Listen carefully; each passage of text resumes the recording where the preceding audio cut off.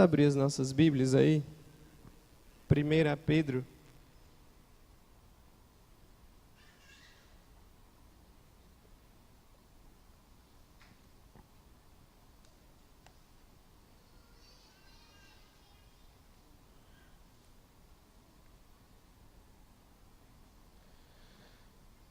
Primeira Pedro, capítulo 4.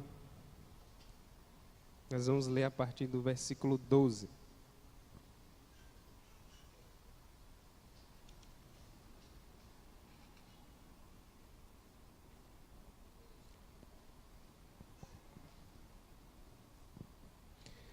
Diz assim a palavra do Senhor. Amados, não estranheis o fogo ardente que surge no meio de vós, destinado a provar-vos, como se alguma coisa extraordinária vos estivesse acontecendo. Pelo contrário, alegrai-vos na medida em que sois coparticipantes dos sofrimentos de Cristo, para que também na revelação de sua glória vos alegreis exultando. Se pelo nome de Cristo sois injuriados, bem-aventurados sois, porque sobre vós repousa o Espírito da glória de Deus. Não sofra, porém, nenhum de vós como assassino, ou ladrão, ou malfeitor, ou como quem se intromete em negócios de outrem. Mas se sofrer como cristão, não se envergonhe disso. Antes, glorifique a Deus com esse nome, porque a ocasião de começar o juízo pela casa de Deus é chegada. Ora, se primeiro vem por nós, qual será o fim daqueles que não obedecem ao Evangelho de Deus? E se é com dificuldade que o justo é salvo, onde vai comparecer o ímpio? Sim, o pecador. Por isso, também os que sofrem, segundo a vontade de Deus, encomendem a sua alma ao fiel Criador na prática do bem. Oremos mais uma vez ao Senhor. Santo, eterno, glorioso Deus, nós te louvamos, Senhor, e somos gratos a Ti, ó Deus, pela Tua bondade em nossas vidas. Somos gratos por quantas vezes o Senhor já tem nos falado, ó Deus, por meio da Tua palavra, e nesse momento nós suplicamos, ó Deus, que nos fale mais uma vez. Abra, ó Deus, os nossos corações, desvende os nossos olhos para que contemplemos as maravilhas da Tua palavra, que sejamos edificados, fortalecidos, ó Deus, para a glória do Senhor. Que as Tuas palavras, ó Deus, possam ganhar vida em nós, para que possamos viver para a Tua glória. Nós Te louvamos em nome de Jesus. Amém. Nós já temos visto em outros momentos a carta aí de 1 Pedro. Vimos que Pedro escreve aí uma das cartas, das chamadas epístolas gerais, ou seja, são cartas escritas não especificamente a uma igreja, mas destinada a um grupo específico. E nós vimos que ele fala da postura dos cristãos, ele endereça a cristãos que estão passando por sofrimentos e perseguições, e ele traz para nós verdades preciosíssimas, que nos confortam e nos renovam, e ele vai nos exortar à santidade, à gratidão no coração, ao amor, à confiança em Cristo, a uma vida que seja diferente. Ele vai usar a figura do peregrino e forasteiro. Olha, vocês são peregrinos, vocês são forasteiros aqui nessa terra. Embora nós estejamos aqui, nós não somos daqui. Então ele reanima o povo, lembra do sofrimento de Cristo o tempo todo, lembra da nossa função como crentes nesse mundo, de sermos sal e luz, de glorificarmos ao Senhor, de passarmos pelas provações, e ele usa como exemplo máximo o sofrimento do Senhor Jesus Cristo. Então nós já vimos em outros momentos, como no início do capítulo 4, que eu preguei aqui da última vez, ele vai dizer: ora, tendo Cristo sofrido na carne, armai-vos também vós do mesmo pensamento, pois aquele que sofreu na carne deixou o pecado. E aí ele também nos exorta para que o tempo que nos resta na carne já não vivais de acordo com as paixões dos homens, mas segundo a vontade de Deus. E aí então no capítulo 2, que eu também já preguei aqui, logo no início ele vai dizer: amados, exorto-vos, ou melhor, capítulo 2, verso 11. Amados, exorto-vos como peregrinos e forasteiros que sois, a vos absterdes das paixões carnais que fazem guerra contra a alma, mantendo exemplar o vosso procedimento no meio dos gentios, para que naquilo que falam contra vós outros como de malfeitores, observando-vos em vossas boas obras, glorifiquem a Deus no dia da visitação. nos exorta a vivermos para a glória de Deus, de maneira que nós seremos difamados, nós seremos perseguidos. E hoje nós vivemos tempos bem semelhantes. Nós vivemos uma época em que os valores cristãos e tudo aquilo que é de Deus, e tudo aquilo que honra a Deus, e tudo aquilo que exalta aquilo que Deus gosta, é atacado. Nas universidades, nas escolas, pela mídia, enfim, nós somos bombardeados o tempo todo. As nossas famílias são bombardeadas o tempo todo. Se nós não estivermos firmes na palavra, nas promessas do Senhor, nas verdades que ela traz e no conforto que ela traz, nós facilmente podemos ser levados a nos desesperar, a olhar para trás, a desanimar em meio a tantas coisas ruins. Então a carta de Pedro é uma das cartas que nos ensina também a sofrer como cristãos. Nos ensina a saber da esperança gloriosa que nos aguarda. Nos reanima a esperarmos e aguardarmos no Senhor, sabendo que Ele é fiel para cumprir a sua palavra. Então nós vivemos tempos extremamente difíceis. Poucos dias atrás, em um dos programas famosos da televisão, programa de humor, era trazido ali alguns quadros e algumas piadas que tratam de temas atuais. E dentre essas piadas, lá tem uma das cenas exibidas, passa um bando de zumbis. Zumbis, para quem não sabe o que é, são aqueles filmes onde mostram pessoas mortas-vivas. É uma mistura de terror e suspense que fazem muito sucesso nos nossos dias. Até aí tudo bem, porque é entretenimento. Mas esse quadro que é mostrado nesse programa de humor, trazia pessoas como zumbis com placas onde estavam escritos ali vários valores que nós cristãos defendemos com relação à família, a vida e tudo mais, a questão do aborto, a questão do divórcio, a questão da família, era trazido como se fossem coisas ultrapassadas, como se fossem coisas de pessoas sem cérebro. De uma maneira bem sutil, num programa de enorme audiência, isso sendo jogado em milhares de lares através da televisão, e nós devemos estar atentos. Então o mundo nos odeia, o mundo vai nos odiar. Jesus já havia nos advertido há muito tempo que isso aconteceria. Se ele foi odiado, imagine nós. Então o mundo odeia o Evangelho, o mundo odeia aquilo que é de Deus, o mundo odeia viver para Deus, a palavra de Deus, as verdades de Deus, o Evangelho de Deus, e odiou e odeia o Filho de Deus também. Por isso que são verdades extremamente incômodas, por isso que nós não devemos nos assustar com facilidade quando a perseguição vem. Então Pedro começa essa sessão da sua carta no verso 12 dizendo: amados, ele está se dirigindo aí aos crentes, não estranheis o fogo ardente que surge no meio de vós. Ou seja, não achem estranho, não se assustem. O que é que estava acontecendo? Havia dois grupos de cristãos na igreja primitiva: os cristãos judeus e os cristãos gentios. Os cristãos judeus eram aqueles que vinham do judaísmo, se convertiam ao Senhor. Os gentios eram aqueles que não vinham do judaísmo e tinham uma outra tradição. O que acontece é que os cristãos judeus já estavam acostumados com o sofrimento, já estavam acostumados a serem perseguidos, porque o judaísmo foi muito perseguido também no primeiro século, ali em Roma.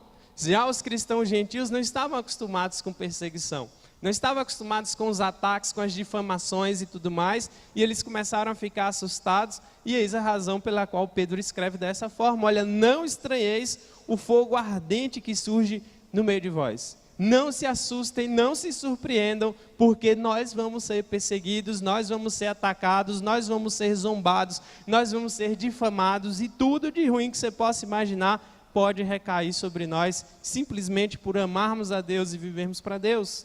Então Pedro está aí lembrando esses irmãos, ele usa essa figura do fogo ardente, e a figura do fogo na Bíblia está sempre relacionada com a ira de Deus, com o castigo divino. Por isso que eu falei hoje na EBD, que nós não podemos orar pedindo a Deus fogo, porque a figura do fogo vem com juízo, provação, para purificar do pecado. E há um mau entendimento muito grande hoje em dia, quando nós pedimos: Senhor, manda fogo, mais fogo para a igreja. Não orem dessa forma, pelo amor de Deus. E graças a Deus também por Ele não nos ouvir e perceber o tamanho da nossa ignorância e não conhecer adequadamente as Escrituras. Então a figura do fogo tem a ver com juízo. Se você pesquisar nas Escrituras, está aí, embora o Pentecostes tenha sido marcado por um fenômeno onde envolvia coisa semelhante a fogo, não quer dizer que o fogo seja a coisa que a igreja mais precisa. O que a igreja mais precisa é de arrependimento, de vida com Deus, de avivamento, de quebrantamento, de mudança de vida e de santidade. Então, é isso que a Bíblia nos traz. Então ele usa a figura do fogo ardente para falar de provação. para falar de coisas difíceis, para falar de sofrimento. No capítulo 1, no verso 7 dessa mesma carta, ele dá uma luz maior ainda para a gente entender que tipo de fogo é esse, para que serve esse fogo. E aí o verso 7 do capítulo 1 aí diz para nós: para que uma vez confirmado o valor da vossa fé, muito mais preciosa do que ouro perecível, mesmo apurado por fogo, redunde em louvor, glória e honra na revelação de Jesus Cristo. A figura do fogo trazida dos ourives antigos, purificando aí o ouro. Então o ouro, para ficar puro, é necessário que ele passe por temperaturas adequadas para separar das suas impurezas. E Deus faz a mesma coisa com o seu povo e com a sua igreja. Por isso que Pedro usa essa figura do fogo ardente, e é um fogo forte que surge no meio de vós, e ele serve para purificar e separar, aqueles que estão firmes na fé dos que não estão. Na hora do sofrimento, na hora da perseguição, na hora em que nós estamos sendo atacados, é aí que a nossa fé deve se mostrar. E aí é peneirado, a coisa é bem forte, o sofrimento vai vir, e é um meio que Deus usa para fortalecer e purificar a sua igreja. Então esse mundo vai ser marcado por provações e sofrimentos e labuta, e é terrível. Então Pedro está lembrando: amados, não estranhem, não fiquem assustados. Esse fogo ardente que surge no meio de vós é destinado, ou seja, ele tem como objetivo provar-vos. É uma prova, é um teste. Recentemente nós temos visto coisas horríveis acontecendo no mundo. Quem está mais antenado naquilo que acontece nos órgãos missionários sabe. Recentemente, se eu não me engano, no Quênia, vários irmãos foram mortos à facada. Várias pessoas degoladas e sangradas simplesmente por amarem ao Senhor. No Oriente Médio, na Coreia do Norte, se você for pego com a Bíblia, você é preso, você é condenado a trabalhos forçados, você passa por coisas terríveis. No Oriente Médio, até hoje, os países de influência árabe atacam ferozmente os cristãos. As igrejas, os pregadores, os missionários correm risco de vida em muitos países. E nós estamos sossegados. E é por isso que, hoje em dia, se uma perseguição mais forte vier ao nosso país, muito provavelmente nós vamos assustar, nós vamos estranhar, assim como esses cristãos também estavam assustados, porque eles não estavam acostumados a sofrer, eles não estavam acostumados com a perseguição, eles não estavam acostumados a ser atacados. E é óbvio que todos nós preferimos o conforto e a segurança, mas Deus tem que abalar nosso conforto e segurança para que nós venhamos a nos apegar com mais firmeza ao que é verdadeiro, ao que é puro, ao que é santo, ao que é dele. E quando nós estamos bem demais, nós nos acomodamos, e a nossa tendência é nos esquecer de Deus. E é por isso que esse fogo ardente surge, e é por isso que nós somos colocados contra a parede, é por isso que nós somos atacados, é por isso que o mundo começa a nos odiar, para que fique bem claro quem é Deus e quem não é, quem serve a Deus e quem não serve, quem está de fato crendo nele, tem uma fé verdadeira, e quem não tem.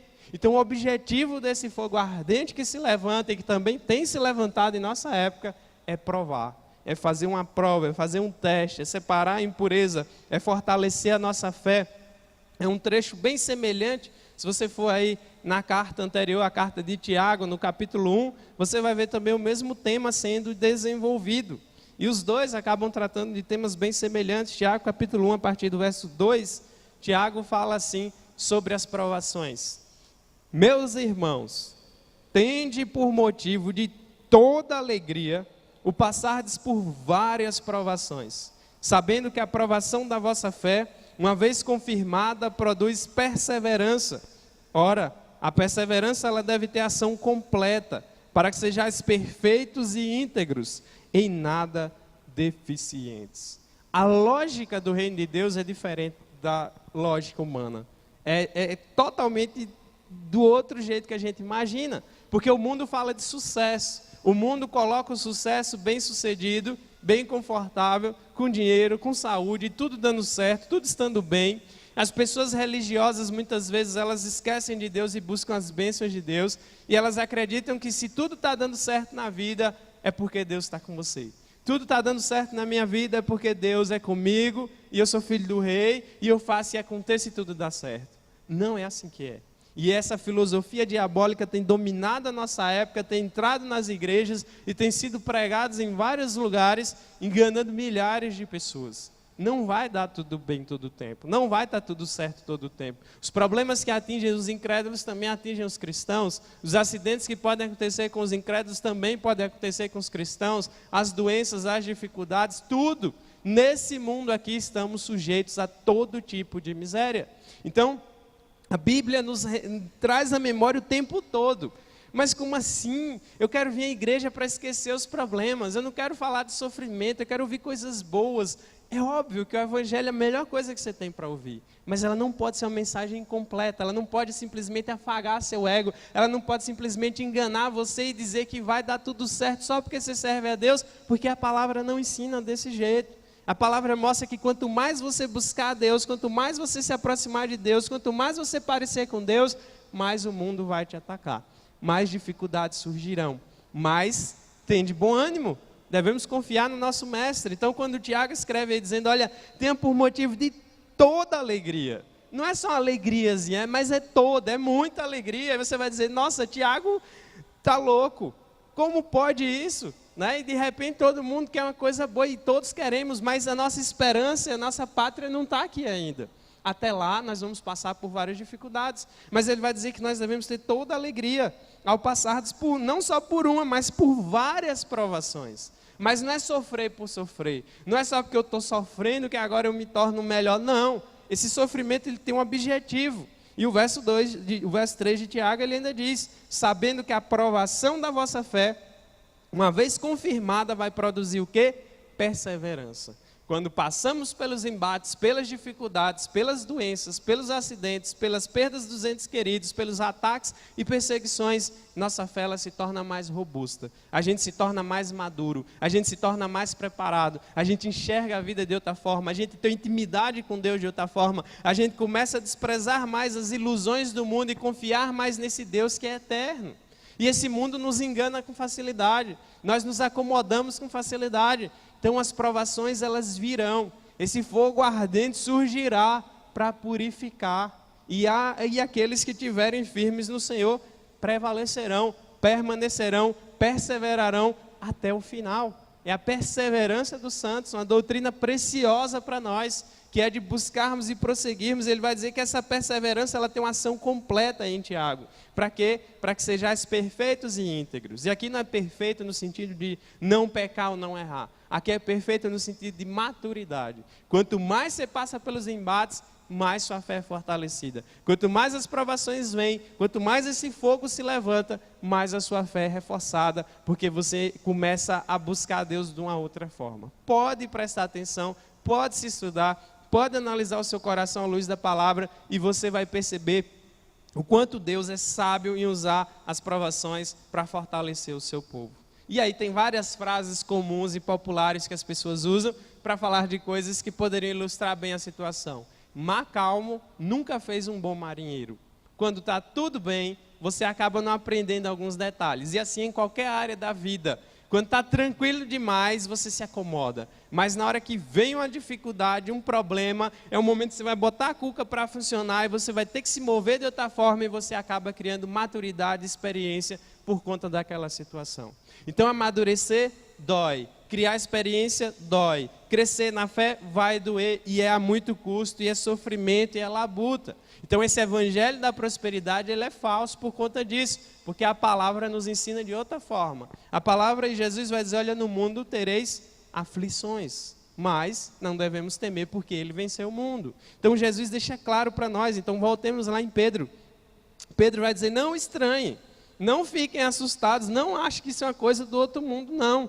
Né? É assim que vai ser mesmo, esse fogo ardente que surge no meio de vós, destinado, ou seja, tem um objetivo de provar vocês, como se alguma coisa, então não se assuste, como se alguma coisa extraordinária vos estivesse acontecendo. Tem gente que parece que não leu na Bíblia, não prestou atenção. Não é novidade o sofrimento. O cristianismo não chama você para uma vida fácil. E aí C.S. Lewis, um grande pensador cristão, muito sabiamente falou, olha, se você quer uma religião para se sentir confortável, eu não recomendo para você o cristianismo. Você quer ficar bem confortável? Abre uma garrafa de vinho, vai para a praia, curta a vida, lá você vai ficar de boas. Mas quando Jesus te chama para Ele está chamando você para negar você mesmo e tomar a sua cruz e segui-lo. Jesus faz esse convite. Jesus deixa claro o tempo todo para os discípulos que o sofrimento faria parte dessa caminhada aqui. Mas não é um sofrimento por nada, é para o crescimento. E esse crescimento é importante para nós. Se nós lembrarmos as palavras dele lá no Evangelho de João, capítulo 15, deixa Pedro marcado aí. João, capítulo 15.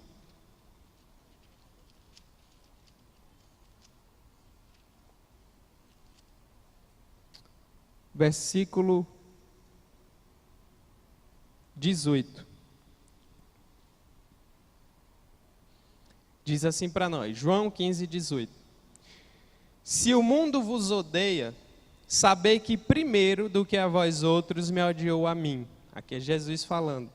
Se vós fosseis do mundo, o mundo amaria o que era seu. Como, todavia, não sois do mundo, pelo contrário, dele vos escolhi, por isso o mundo vos odeia. Jesus deixou bem claro como seria a situação. Não espere flores, embora muitas vezes o nosso bom testemunho possa trazer boas impressões e até sermos bem vistos na sociedade. Mas isso não é comum e não é o tempo todo, e mesmo num país como o nosso, onde nós não somos perseguidos a ponto de irmos para a prisão, mas no campo das ideias e nas difamações nós somos bem atacados. Então Jesus vai dizer, olha, o mundo odiou a mim, imagina vocês. João começa seu evangelho dizendo que Jesus veio para os que eram seus, mas os seus não receberam. Então Jesus não foi bem-vindo. Isso é muito forte de ver e a gente precisa sempre refletir. E ainda no evangelho de João ele diz no capítulo 17, no verso, aí só um pouquinho mais à frente, capítulo 17, verso 14, ele diz assim, eu lhes tenho dado a tua palavra, e o mundo os odiou, porque eles não são do mundo, como também eu não sou. A mensagem de Cristo nunca vai ser popular, nunca vai ser bonitinha, o mundo nunca vai gostar de ouvir, porque ela vai na contramão de tudo aquilo que é ensinado nesse mundo. Então, por isso que é mais fácil ir num bar do que ir na igreja. Por isso que é mais fácil curtir a vida nas drogas e na vida boêmia do que buscando a Deus e vivendo em santidade. É mais fácil, porque é o que é natural nosso. O mundo ama isso, o mundo ensina isso. A estrutura, a sociedade, a cultura manchada pelo pecado nos atrai o tempo todo para as coisas que são anti-Deus. E acha bonito, e aplaude. É por isso que você liga os programas de televisão e você vai ver vários religiosos que as pessoas acham lindo, que as pessoas se emocionam, que trazem mensagens confortáveis, que trazem mensagens de autoajuda, que enxugam as lágrimas, que falam palavras bonitinhas, que afagam o ego das pessoas enquanto elas estão caminhando para a perdição. É o que vemos. Nosso país é profundamente religioso. Os canais de televisão cada vez mais são dominados por esse tipo de mensagem. As promessas vazias e falsas são jogadas ao vento. Mas nós não vemos o mundo se agradar das verdades que a palavra traz. Então não vai ser popular, não vai ser bem-vindo. Nós devemos sempre lembrar disso, porque o nosso Senhor também foi odiado, também foi perseguido. E até hoje Jesus ainda é odiado por muitos, por conta de ele ser o Filho de Deus. Então, voltando lá em Pedro, por isso que Pedro está dizendo, amados, não estranhem, não se assustem, não achem que é uma coisa extraordinária isso que está acontecendo com vocês. Porque Jesus já tinha falado, já tinha ensinado, e Pedro sabia muito bem disso, por conta de ter conhecido o Senhor. E aí o verso 13 ele prossegue dizendo, pelo contrário, e aí agora ele vai falar igual Tiago, alegrai-vos na medida em que sois co-participantes dos sofrimentos de Cristo, fiquem alegres, fiquem felizes, à medida que vocês sofrem junto com o Senhor, que vocês sofrem pelo amor ao Senhor, que sofrem por viver para o Senhor, por amar o Senhor, fiquem alegres, como Tiago disse, é motivo de toda alegria, porque é uma honra sofrer com o Mestre, é uma honra sofrer pelo Mestre, é uma honra viver e morrer por Cristo. Então, tenha alegria, não fiquem surpresos, não fiquem cabisbaixos, não fiquem desanimados, não olhem para trás, não se esqueçam da palavra, não se esqueçam do Senhor e se alegrem por estarem sofrendo junto com Ele. A lógica é totalmente diferente. Então, para que também, e aí o verso 13 prossegue ainda dizendo, na revelação de sua glória vos alegreis exultando, com muita alegria, e alegre mais ainda, porque o destino daqueles que estão com o Senhor é um destino glorioso, É um destino onde haverá transformação, onde haverá alívio das dores e sofrimento, e aí vem a vida eterna com o Senhor. Então vale qualquer tipo de miséria que a gente passe nesse mundo. E Pedro está lembrando para eles porque o sofrimento nos desanima. Porque não é fácil passar pelos embates da vida, pelas dores, pelas dificuldades, pelos ataques, pelas difamações. Nunca vai ser fácil. Nós vamos desanimar na caminhada muitas vezes. O diabo vai ficar no nosso ouvido dizendo: cadê seu Deus agora? Por que você está passando por isso se você é fiel a Deus? Por que passa por sofrimento? Porque parece que quanto mais você ora, mais problemas vêm. Porque parece que quanto mais você ora, mais sua família piora. Porque parece que quanto mais você ora, parece que sua doença está piorando. E os problemas e as dificuldades de trabalho também, nada funciona. Nós vamos ser tentados a olhar para trás. Nós vamos ser tentados a esquecer o que o Senhor ensinou. Nós vamos ser tentados a desanimar e nos assustar. E se não bastasse a tentação que vem no nosso coração, vem os ataques de fora.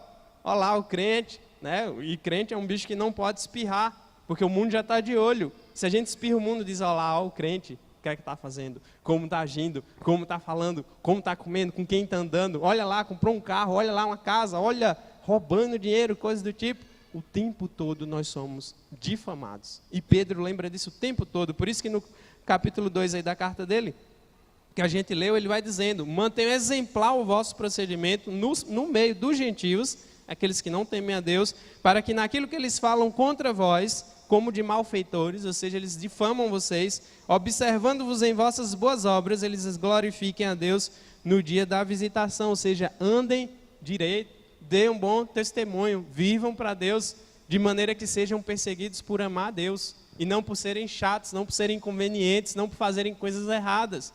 É importante sempre lembrar disso. Então, devemos nos alegrar. E aí, eu queria abrir a Bíblia ainda em Atos capítulo 5, verso 41. Atos capítulo 5. Deixa marcado aí, Pedro, e vamos lá em Atos 5.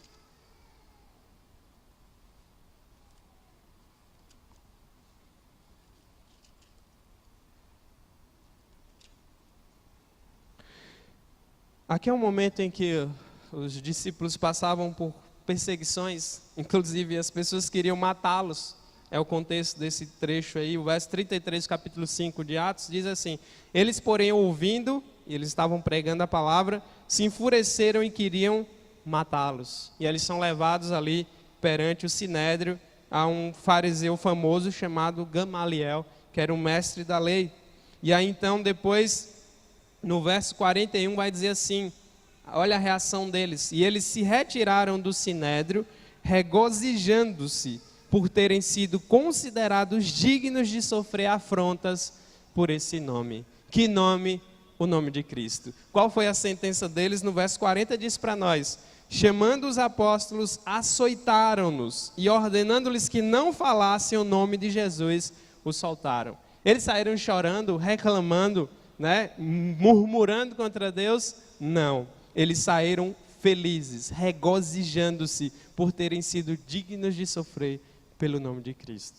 Olha que coisa extraordinária, olha o exemplo. E a Bíblia é assim, ela não só nos indica a viver de tal forma, mas ela traz pessoas que viveram assim. Pedro, Paulo e todos os apóstolos sofreram na própria pele aquilo que eles estão escrevendo, aquilo que eles estão recomendando, e isso vem de Deus para nós. E o nosso Deus, o nosso Senhor Jesus Cristo, também passou pelo sofrimento. Então, que Ele nos manda alegrar no sofrimento, nos manda nos afirmar mais a Ele, Ele não está falando como alguém distante, que está lá sentado, sossegado, num trono de glória, dizendo: sejam mais felizes nas tribulações. Não, Jesus encarnou, viveu aqui, foi humilhado, passou por uma série de dificuldades, foi injustiçado e, por fim, ainda é crucificado como um condenado entre dois ladrões. Não é um destino honroso para nenhuma pessoa. Não é o fim que se imagina para um rei. Mas Jesus vem dessa forma tão assustadora e ao mesmo tempo tão maravilhosa, sofrendo, sabendo das nossas dores, passando pelas nossas tentações, trabalhando num lugar pobre, no sol quente, enfrentando dificuldades, a incredulidade da sua família, tudo que nós passamos. Então Jesus é aquele que não só está conosco no sofrimento, enxuga as nossas lágrimas e nos consola, mas Ele conhece o sofrimento. Ele sabe o que passamos. E ninguém melhor para consolar outra pessoa do que quem passa pela mesma situação. Jesus é dessa forma. Então, quando Ele nos fortalece, nos instrui e nos anima, é porque Ele também passou pelo sofrimento. Então, antes da glória, a cruz. Se foi assim para o nosso mestre, e nós ainda esperaríamos algo melhor ainda, uma ala VIP espiritual não tem. Então nós vamos trilhar os mesmos caminhos, uns vão sofrer mais do que outros, mas Pedro está reanimando os irmãos e dizendo, olha, alegrem-se por serem co-participantes do sofrimento de Cristo. Desse mesmo sentimento que a gente vê os irmãos tendo lá em Atos, quando eles foram açoitados. Acho que aqui ninguém nunca foi açoitado a esse ponto, embora talvez você possa ter levado chicotadas da sua mãe ou coisas do tipo, mas não se compara aos chicotes dos soldados romanos. Era extremamente cruel e doloroso. Eram chibatadas que a maioria de nós não ia aguentar de dor, talvez desmaiaria ou até morreria. Porque nas pontas do chicote haviam lascas de ossos, que cada lapada nas costas arrancava tiras de couro. Sangue, muita dor e sofrimento. Tudo isso por amar a Cristo, por temer ao Senhor. E eles saíam regozijando-se, alegres. É óbvio que só dá para se alegrar numa situação como essa, estando cheio do Espírito Santo, consolado pelo Espírito Santo. Voltemos lá em Pedro para vermos a continuação. Aí o verso 14 diz assim: se pelo nome de Cristo sois injuriados, bem-aventurados sois, porque sobre vós repousa o Espírito da glória de Deus. Só é possível passar pelo sofrimento assim, estando cheio do Espírito. E eu sempre imaginei isso, porque quando eu vi o relato dos antigos cristãos que iam para as fogueiras, que eram condenados nos tribunais, perseguidos em Roma, atacados por governantes tiranos, e eles eram submetidos a torturas, aqueles irmãos, eles cantavam hinos de louvor ao Senhor. Aqueles irmãos não negavam o Senhor de jeito nenhum, e eles riam, e eles clamavam e adoravam a Deus, e o testemunho deles era tão impactante que até os soldados e até os seus carrascos ficavam impressionados como é que pessoas eram capazes de passar por aquilo e não negar Jesus de forma alguma. Muitos soldados se converteram através do testemunho de cristãos do passado, porque era impressionante. Esse povo é diferente, esse povo é tudo louco, e eles sofrem, e eles não têm medo, e eles não têm medo nem da morte, porque eles imaginavam que diante da morte essas pessoas negariam o Senhor, mas nem diante do pior coisa que tem, eles abriam mão da fé. Eles abriam mão de se alegrar no Senhor, de amar o Senhor e de se alegrarem por serem dignos de sofrer junto com o Senhor.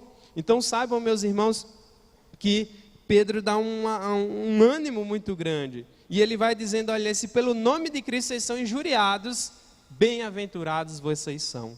Né? É uma alegria, é uma bênção muito grande. E quando aí fala o nome de Cristo, no grego, traz para nós a ideia da doutrina cristã. Não simplesmente o nome Jesus, mas Jesus e o seu ensino, o seu evangelho, a sua palavra. E nós somos injuriados por pregarmos ela, por sermos fiéis a ela, por amarmos a ela. E essa expressão tem esse sentido no original. Então, se pelo nome de Cristo, pelas verdades cristãs, pelas doutrinas fundamentais da palavra, vocês têm sido injuriados, bem-aventurados. Jesus também lá, em Mateus capítulo 5, se você abrir rapidão lá, Mateus 5, onde Jesus fala das bem-aventuranças, Pedro está aí relembrando aos irmãos desse detalhe.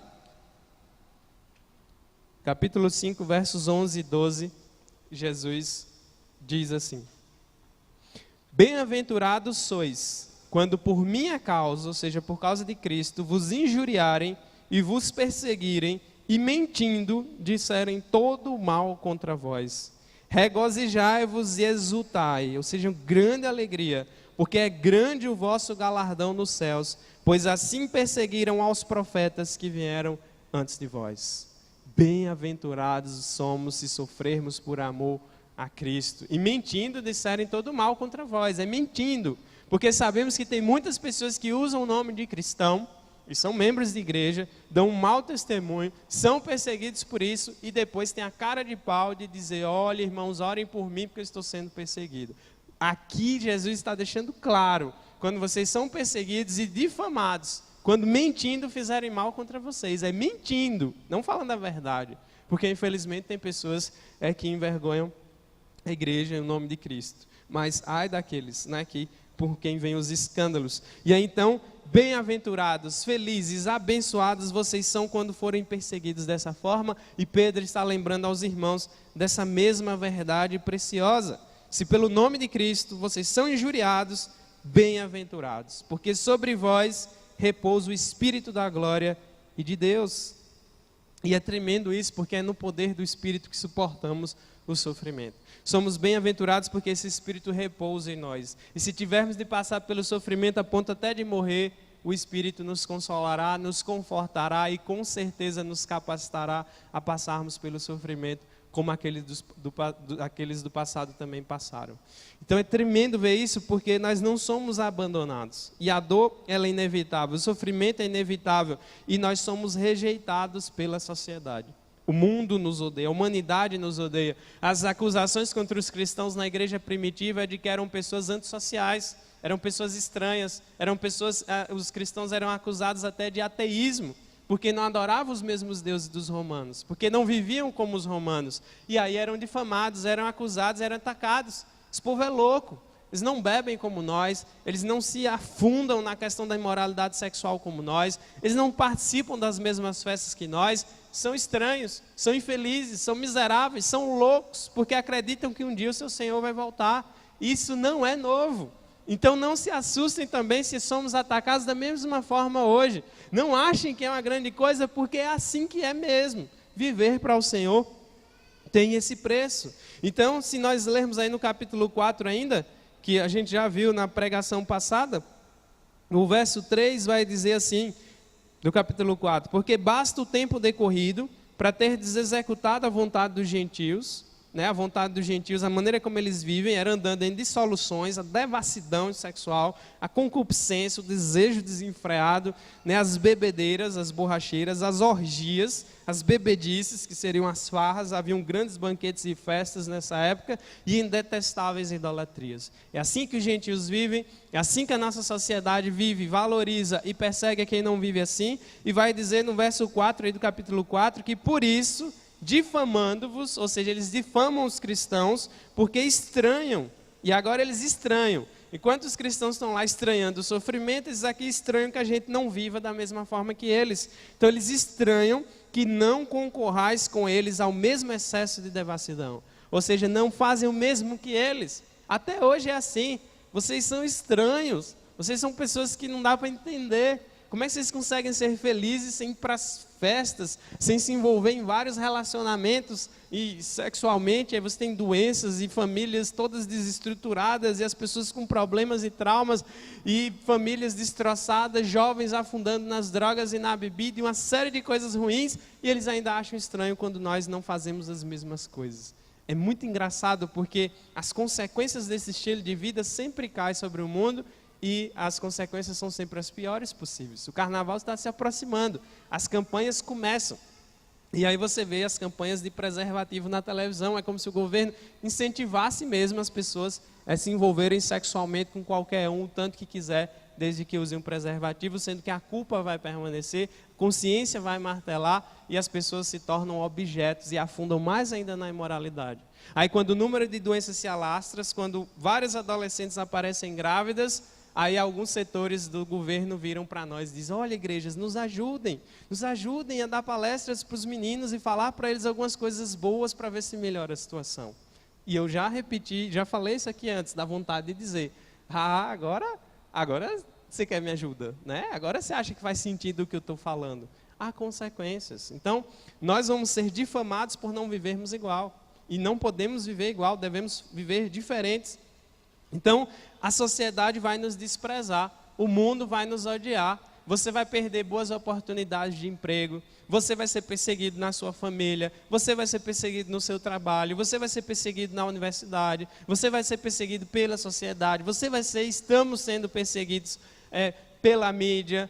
Não tem para onde correr, viver para Cristo é assim, e você vai ser tentado a abrir mão do Senhor, de viver para o Senhor, de testemunhar o Senhor, para não parecer careta, para não parecer uma pessoa quadrada, de mente fechada, porque é assim que nós somos acusados o tempo todo. Os valores que nós defendemos não são bem-vindos para esse mundo. O Deus que nós pregamos não é agradável aos ouvidos desse mundo, mas essas verdades elas têm que ser pregadas. Então, nós seremos injuriados, nós seremos difamados, nós seremos rejeitados de vários tipos. Conheço pessoas que são expulsas de casa porque se convertem ao Evangelho.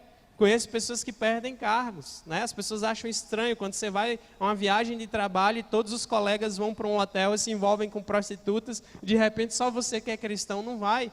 Eles vão dizer, nossa, você é estranho, ou você tem algum problema, porque todo mundo faz isso, é normal, não tem problema, todo mundo é casado aqui, ninguém vai contar. É mais ou menos assim que funciona o nosso mundo. E os valores são cada vez piores, o mundo cada vez mais deteriorado, e nós cada vez mais estranhos no meio dessa loucura toda. E nós devemos permanecer firmes em Deus, para não nos contaminarmos com as mesmas coisas. Vamos ser zombados, o preço a pagar é sempre esse. Então, esteja firme sabendo que o Senhor, e sofrer pelo Senhor, é uma bem-aventurança, é uma bênção muito grande, é um motivo de felicidade para nós, vivermos e sofrermos por Cristo, porque assim como Ele foi perseguido e difamado, nós também somos e seremos. E aí o verso 15 prossegue, não sofra, porém, e aqui é importante, e essa ressalva tem que valer, não sofram por fazer o que é errado. Isso é importante ser lembrado, porque eu já falei, tem pessoas que são perseguidas no trabalho porque dão mau testemunho. Tem pessoas que são perseguidas na universidade porque dão mau testemunho. Tem pessoas que são perseguidas nas suas famílias onde não há outros que são cristãos por causa do mau testemunho. E esse tipo de perseguição aí não honra a Deus de maneira nenhuma. Por isso que Pedro está dando um parêntese aí para explicar. Porém, não sofra nenhum de vós como assassino, né, por fazer o que é errado, ou como ladrão, ou como malfeitor, ou como quem se intromete em negócios de outrem. Essa expressão aí, como alguém que não se intromete nos negócios dos outros, ou não dá na vida alheia, ela é um pouco obscura, não dá para a gente entender todo o seu sentido. Mas assim, numa leitura rápida e simples, a ideia é de pessoas que são bisbilhoteiras, e isso é o que nós temos bastante na nossa sociedade, na nossa cultura, parece que é até cultural nos interiores, né? Todo mundo quer saber de tudo, todo mundo quer saber da vida do outro, os detalhes da vida do outro, o que o outro come, o que o outro deixou de comer, o que o outro fez, o que o outro deixou de fazer, espécie de vigilância o tempo todo. Inclusive as redes sociais a gente até contribui, mas é muito forte isso, e já fazia parte das coisas pelas quais as pessoas sofriam, mas não por amor a Cristo. Então o verso 16 vai dizer, mas se sofrer como cristão, não se envergonhe disso. Antes, glorifique a Deus com esse nome tremendo. E esse nome cristão começou sendo num contexto de perseguição. Se a gente abrir lá em Atos, abre lá em Atos rapidamente. Ou melhor, capítulo 11, versículo 26. Diz assim, a primeira vez que eles são chamados de cristãos. Em Antioquia. Tendo-o encontrado, levou-o para Antioquia. E por todo um ano se reuniram naquela igreja e ensinaram numerosa multidão. Em Antioquia foram os discípulos pela primeira vez chamados cristãos. E foram chamados de cristãos em um contexto de zombaria, perseguição. Olha lá os cristãos, estranhos. Se você vê alguns relatos dos romanos, tinha figuras de um burro crucificado para dizer que o nosso Deus era um asno. Olha, os cristãos adoram um asno. Olha quem é o Deus deles. Um homem que foi pregado na cruz como um ladrão.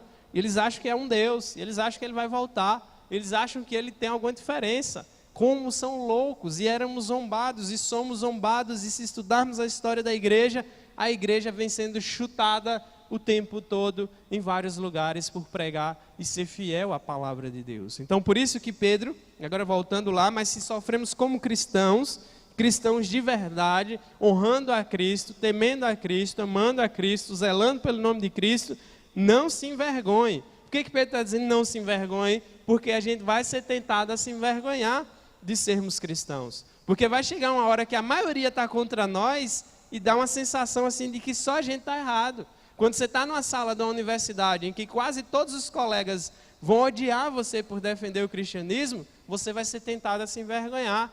Quando você estiver no trabalho e todos os seus colegas também lhe atacarem pela sua fé, você vai ser tentado a se envergonhar.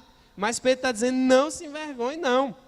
É uma honra ser um cristão, é uma honra ser de Deus, é uma honra amar a Cristo. Então, não tenham vergonha, antes glorifiquem a Deus com esse nome. Né? Honrem a Deus com esse nome, honrem o nome daquele que chamou você, que salvou você e que merece toda a honra e glória de você. Então por isso que Pedro está lembrando isso para os irmãos. Aí o verso 17 ele vai dizer, porque a ocasião de começar o juízo pela casa de Deus é chegada, E aqui é uma expressão interessante, porque no Antigo Testamento, Deus começava o juízo pelo seu próprio povo.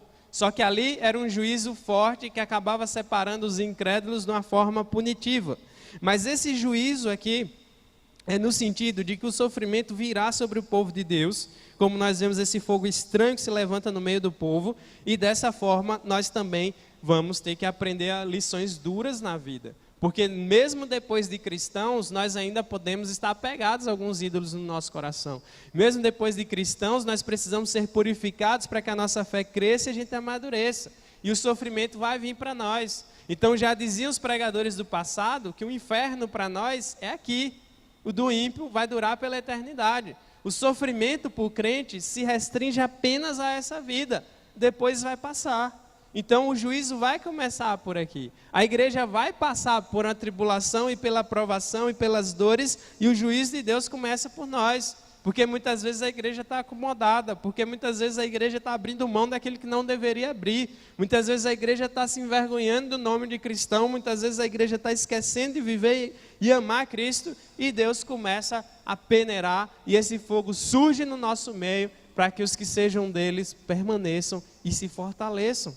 Deus é muito sábio. E aqui Pedro está fazendo uma pergunta, mas se sofrer, ou melhor, porque a ocasião de começar o juízo pela casa de Deus é chegada. Ora, se primeiro vem por nós, crentes, se Deus já vai sacudir a gente e o fogo vai subir para que a fé dos que sejam crentes de verdade permaneça, aí Pedro faz uma pergunta, ora, se primeiro vem de nós, qual vai ser o fim daqueles que não obedecem ao evangelho de Deus? Se nós, os crentes, vamos sofrer e passar por provações, imagine aqueles que não têm Deus, que morrem sem esperança, que vivem sem esperança, que não obedecem a Deus, não conhecem a Deus, não vivem para Deus, não amam a Deus. Se nós passamos dificuldades e sofremos, o que dirá daqueles que não temem a Deus, daqueles que não amam a Deus? No capítulo 2 aí ainda de Pedro, no versos 7 e 8, ele mostra aí para nós: para vós outros, ou seja, os que credes, aqueles que creem no Senhor Cristo, é a preciosidade. Mas para os descrentes, aqueles que não creem, a pedra que os construtores rejeitaram, é uma figura para falar de Jesus, essa veio a ser a principal pedra angular, e a pedra de tropeço e rocha de ofensa. São esses os que tropeçam na palavra, sendo desobedientes para o que também foram postos, a desobediência. Se você não tem Deus, se você não crê em Deus, Jesus para você é uma pedra de tropeço. Jesus é aquele que atrapalha os seus planos. Jesus é aquele que você não quer ouvir porque você quer continuar vivendo da forma que você tem vivido. E ir para o inferno é extremamente fácil porque nós já nascemos debaixo da condenação por causa do pecado. Então, se você continuar vivendo como você vive, sem arrependimento, sem Deus, o seu destino não é bom. Se você continuar vivendo sem Deus, você também vai passar por sofrimentos nessa vida, mas vai ser muito pior porque não haverá esperança nenhuma. E uma das coisas mais tristes é ver uma pessoa morrer sem Deus. É você ver uma pessoa morrendo em desespero. É você ver uma pessoa morrendo em agonia. É você ver uma pessoa morrendo sem nenhuma esperança daquilo que vai acontecer depois com ela. Sem nenhuma esperança de vida eterna, de salvação de Cristo. É extremamente triste e doloroso ver pessoas partirem desse mundo sem Deus. Então, se o juízo começa por nós, e os que não obedecem, vai ser como? Se o sofrimento para nós é passageiro, para aqueles que não temem a Deus é eterno. Essa é uma realidade muito dura. Por isso que a palavra tem que ser pregada, tem que ser anunciada, o evangelho tem que ser dito, porque as pessoas correm perigo. Talvez muitos entraram aqui essa noite sem esperança de vida. Talvez muitos entraram aqui essa noite ainda iludidos na religiosidade vazia. Talvez muitos entraram aqui nessa noite se achando bons, santos e puros e merecedores da bondade de Deus. Se você entrou aqui assim, eu espero que você saia esmagado por saber que se não for pela graça de Deus, ninguém poderia ser salvo.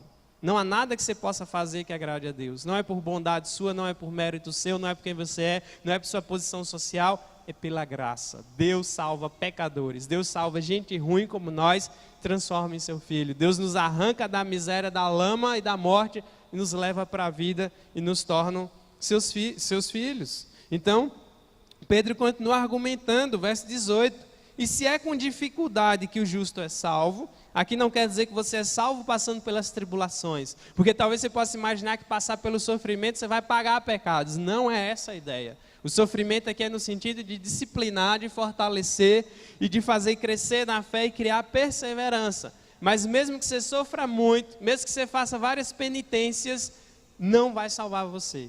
O único sacrifício que é aceito diante de Deus, de alguém que sofreu muito, é o sacrifício do seu Filho Jesus Cristo, que foi feito ali na cruz, derramando o seu sangue por pecadores miseráveis como nós. Então Pedro está aqui dizendo, olha, se é com dificuldade, o caminho é estreito, Jesus deixa isso claro, a vida cristã não é fácil, a santidade não é fácil, viver para Deus não é fácil, porque envolve luta, envolve se separar desse mundo, envolve sofrimento.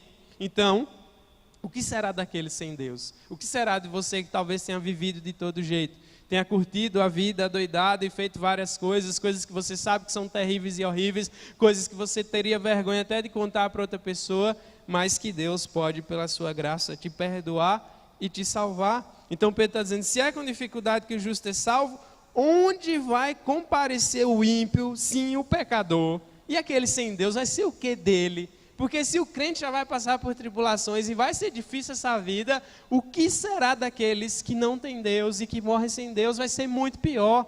Em outras palavras, a pergunta de Pedro é para gerar essa reflexão. O que vai ser daqueles sem Deus? Ele usa duas expressões. O ímpio, quem é o ímpio? Aquele que é rebelde, não tem reverência para com Deus.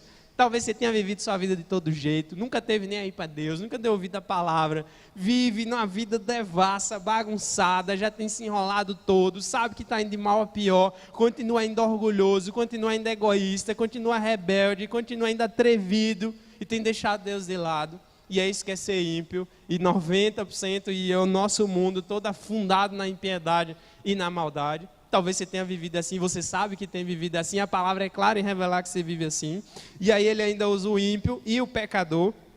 E o pecador aqui é mais no sentido da pessoa que não liga para aquilo, para a vontade de Deus revelada, que não obedece a Deus, que vive fora da vontade de Deus, que não busca o Senhor. E todos nós somos pecadores. E somente Deus pode nos resgatar do pecado, da impiedade, da rebeldia contra Ele. Lá em Romanos vai mostrar que Cristo morreu a seu tempo e pela graça dele também pelos ímpios, e salvou ímpios, pessoas da rebeldia, da ignorância, da idolatria, da devassidão, do pecado, de todo tipo de pecado terrível que se possa imaginar. Todos nós, como eu já falei, temos um passado obscuro, todos nós sem Deus e antes de Deus não temos nada do que nos orgulhar, por isso que Ele nos faz novas criaturas, por isso que é no poder dele que nós somos transformados, por isso que é pelo sacrifício dele que nós somos purificados e temos acesso a Deus novamente. E aí é por isso que Pedro está fazendo essa pergunta, se nós vamos passar por sofrimentos e ainda vamos passar por esse juízo de Deus por conta do pecado, que dirá daqueles que estiverem sem Cristo? Que dirá de você se morrer sem Deus e sem Cristo hoje? O que seria de você se já tivesse morrido? Se tivesse morrido sem o Senhor, se tivesse morrido sem arrependimento?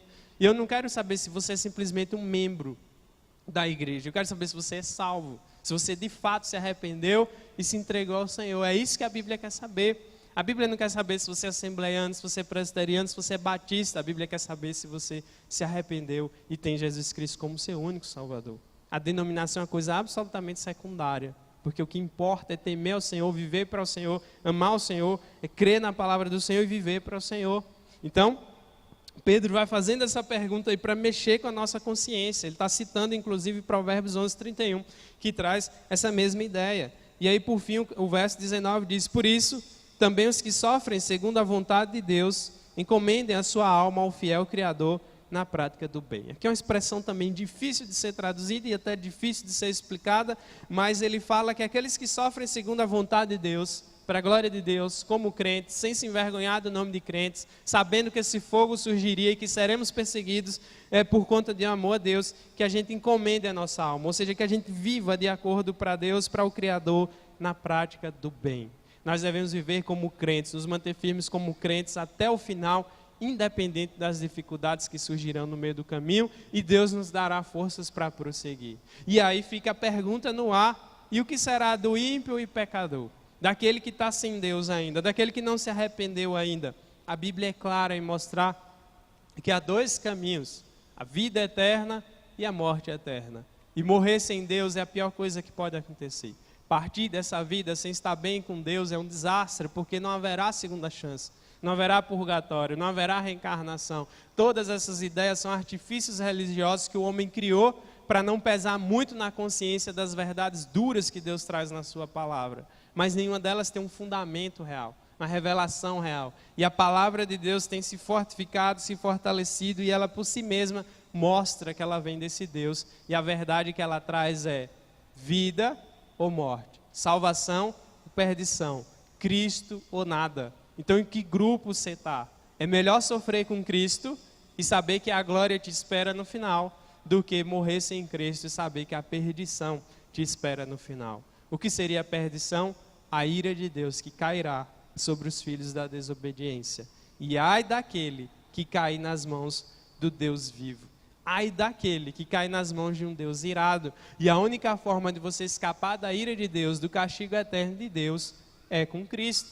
Mesmo o caminho sendo difícil, mesmo passando pelas tribulações que virão, pelas perseguições, pelas injúrias e pelos ataques, é 1000 vezes melhor sofrer com Cristo, ser injuriado por Cristo, até morrer com Cristo, porque é garantido a vida. Ele não só dá a vida, mas Ele é aquele que, pela sua graça, nos comprou para o Senhor. E aí na carta de Pedro ainda vai dizer, lá no verso 9 do capítulo 2, vós, porém, e aí ele faz um contraste entre aqueles que vivem desobedientes, Cristo é uma rocha de ofensa, mas para aqueles que são obedientes e temem a Deus, Cristo é a nossa rocha, nossa segurança, o nosso Salvador. E aí então ele ainda qualifica os filhos de Deus. Vós, porém, verso 9 do capítulo 2, sois raça eleita, sacerdócio real, nação santa, povo de propriedade exclusiva de Deus, com a finalidade de quê? De proclamar as virtudes daquele que vos chamou das trevas para a sua maravilhosa luz. Quem é que nos chamou? Ele. E é por graça, porque estar em trevas não é bom. E aí o verso de 10 ainda do capítulo 2 diz, vós sim, falando para os crentes, que antes vocês não eram povo, nenhum de nós nasce filho de Deus, nós somos adotados por Deus por meio de Cristo, quando cremos nele, mas agora vocês são povo de Deus, que não tinhas alcançado misericórdia, mas agora alcançastes misericórdia. Em que situação você está? Em que grupo você se encontra? Você já é salvo? Você pode dormir tranquilo, sabendo que está em paz com Deus e tem buscado viver para Deus. Você faz parte desse povo de Deus que alcançou misericórdia, que vive para a glória de Deus, para proclamar as virtudes maravilhosas de Deus? Ou você ainda continua em rebeldia? Ou você ainda continua não dando ouvidos? Ou você ainda continua fugindo da verdade de Deus, porque quer continuar vivendo sua vida miserável, vazia e sem sentido, que só ilude você mesmo e um dia vai resultar em perdição? Então é Cristo ou é morte, é evangelho ou não é nada. E Cristo é maravilhoso, é glorioso e é misericordioso, e eu clamo a Deus para que você alcance essa misericórdia bendita que alcançou vários pecadores arrependidos que aqui estão nessa noite. Que Deus abra o nosso entendimento para a sua palavra, que Deus nos fortaleça em meio ao sofrimento, nos ajude a nos alegrarmos nas tribulações, olhando firmes para o autor e consumador da nossa fé, porque um dia todo olho verá, estaremos com Ele para sempre, toda lágrima será enxugada, a morte será sido varrida e todos os inimigos do povo de Deus serão colocados na perdição eterna. Que Deus nos fortaleça nesse sentido, meus irmãos, porque o barco vai sacudir várias vezes, mas Deus garante que ele não afunda do nada e nós chegaremos seguros no nosso porto final para a glória dele.